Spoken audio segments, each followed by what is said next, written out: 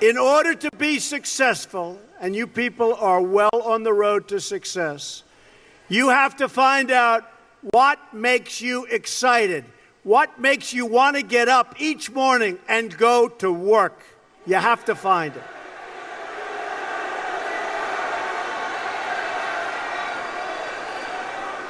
If you love what you do and dedicate yourself to your work, then you will gain momentum. And look, you have to. You need the word momentum. You will gain that momentum.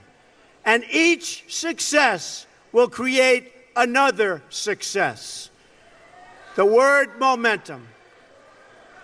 I'll tell you a story that's very interesting for me. When I was young, there was a man named William Levitt, Levittown. You have some here, you have some in different states. Anybody ever hear of Levittown?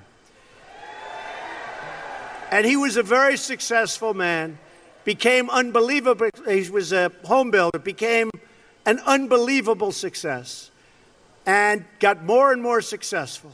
And he'd build homes, and at night he'd go to these major sites with teams of people, and he'd scour the sites for nails and sawdust and small pieces of wood, and they'd clean the sites so when the workers came in the next morning, the sites would be spotless and clean.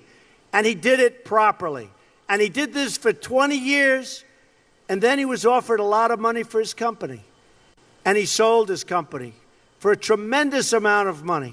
At the time especially, this is a long time ago, sold his company for a tremendous amount of money. And he went out and bought a big yacht. And he had a very interesting life. I won't go any more than that because you're Boy Scouts, so I'm not going to tell you what he did. Should I tell you? Should I tell you? Oh, you're Boy Scouts, but you know life. You know life. So, look at you. Who would think this is the Boy Scouts, right? So he had a very, very interesting life. And the company that bought his company was a big conglomerate. And they didn't know anything about building homes, and they didn't know anything about picking up the nails and the sawdust and selling it and the scraps of wood. This was a big conglomerate based in New York City. And after about a 10-year period, they were losing a lot with it. It didn't mean anything to them, and they couldn't sell it. So they called William Levitt up, and they said, "Would you like to buy back your company?" And he said, "Yes, I would." He so badly wanted. He got bored with this life of yachts and sailing and all of the things he did in the south of France and other places. You won't get bored, right? You know, truthfully, your workers, you'll get bored too, believe me. Of course, having a few good years like that isn't so bad. But what happened is he bought back his company, and he bought back a lot of empty land. And he worked hard on getting it zoning, and he worked hard on starting to develop. And in the end, he failed, and he failed badly. Lost all of his money. He went personally bankrupt. And he was now much older. And I saw him at a cocktail party. And it was very sad because the hottest people in New York were at this party. It was the party of Steve Ross. Steve Ross, who was one of the great people he came up and discovered, really founded Time Warner. And he was a great guy. He had a lot of successful people at the party. And I was doing well, so I got invited to the party. I was very young. And I go in, but I'm in the real estate business. And I see 100 people, some of whom I recognize, and they're big in the entertainment business. And I see, sitting in the corner, was a little old man who was all by himself. Nobody was talking to him. I immediately recognized that that man was the once great William Levitt of Levittown. And I immediately went over. I wanted to talk to him more than the Hollywood show business communications people. So I went over and talked to him. And I said, "Mr. Levitt, I'm Donald Trump." He said, "I know." Said, "Mr. Levitt, how are you doing?" He goes, not well at all." And I knew that, but he said, "Not well at all." And he explained what was happening and how bad it's been and how hard it's been. And I said, what exactly happened? Why did this happen to you? You're one of the greats ever in our industry. Why did this happen to you? And he said, Donald, I lost my momentum. I lost my momentum.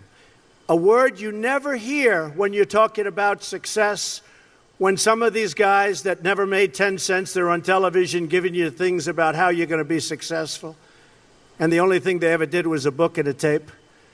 But I'll tell you, it was very sad. And I never forgot that moment. And I thought about it. And it's exactly true. He lost his momentum, meaning he took this period of time off, long years. And then when he got back, he didn't have that same momentum. In life, I always tell this to people, you have to know whether or not you continue to have the momentum. And if you don't have it, that's okay. Because you're going to go on, and you're going to learn, and you're going to do things that are great. But you have to know about the word momentum. But the big thing, never quit, never give up, do something you love. When you do something you love, as a scout, I see that you love it. But when you do something that you love, you'll never fail.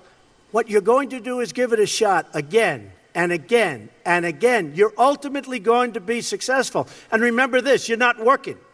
Because when you're doing something that you love, like I do, of course I love my business, but this is a little bit different. Who thought this was going to happen? We're, having a good time. We're doing a good job. Doing a good job. But when you do something that you love, remember this, it's not work. So you'll work 24/7, you're going to work all the time, and at the end of a year, you're not really working. You don't think of it as work. When you're not doing something that you like, or when you're forced in to do something that you really don't like, that's called work, and it's hard work and tedious work. So as much as you can, do something that you love, work hard, and never, ever give up, and you're going to be tremendously successful. Tremendously successful.